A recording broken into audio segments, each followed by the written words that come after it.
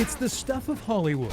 Only this high seas story is authentic. It was like any other trip. April 2009, Captain Richard Phillips and the crew of the Virginia-based Maersk, Alabama, on their way to deliver food aid to Africa. Alabama! But the Indian Ocean quickly turns choppy with one chilling message. It came over the radio again, and it was a voice saying, "Somali pirates coming to get you.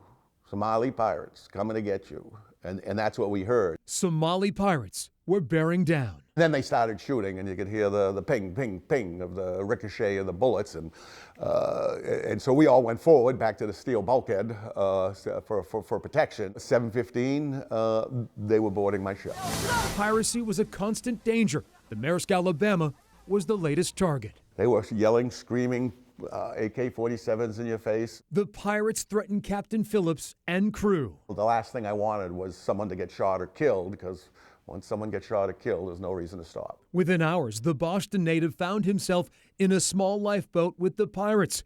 He was the lone hostage. For me, I was a problem-solving mode. It was just, how do we get out of here? This is the problem.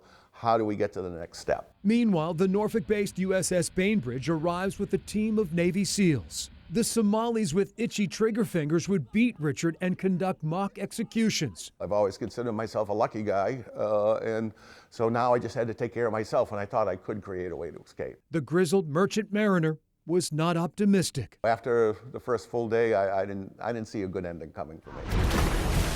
At one point, the then 53-year-old dove into the sea, trying to escape his misery. Freedom was short-lived. They could see my head in the water, and they come after me. About the fifth time I pop up, one was right there with an AK, shoots by my head. Nearly 5 days into the ordeal, tensions reach a boiling point. On Easter Sunday, salvation would arrive in a split second. And the other two were yelling out, "Relax, relax, no problem, no military action, relax, no problem, no problem." And that's when the shots rang out. Steady sharpshooters on the Bainbridge take out the pirates in a hail of gunfire. I thought I was in a crossfire between three pirates shooting each other from each end of the lifeboat, and I'm yelling out, "What the hell are you guys doing?"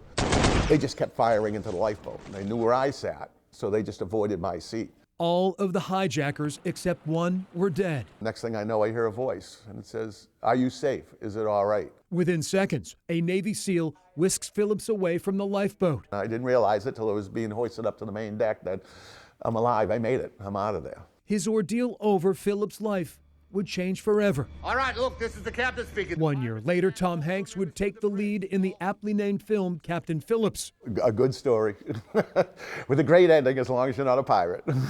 But crew members would ultimately sue and criticize their captain for sailing them into dangerous waters. I'm a lucky guy. Now retired, Phillips looks back on his rescue with relief and high praise for his saviors. The military and those U.S. Navy SEALs are the true heroes of my story. Captain Richard Phillips, the man at the center of the high seas hijacking, counts his blessings to this day. Being out of that lifeboat, being out of those conditions, being out of those concerns, it was just the greatest.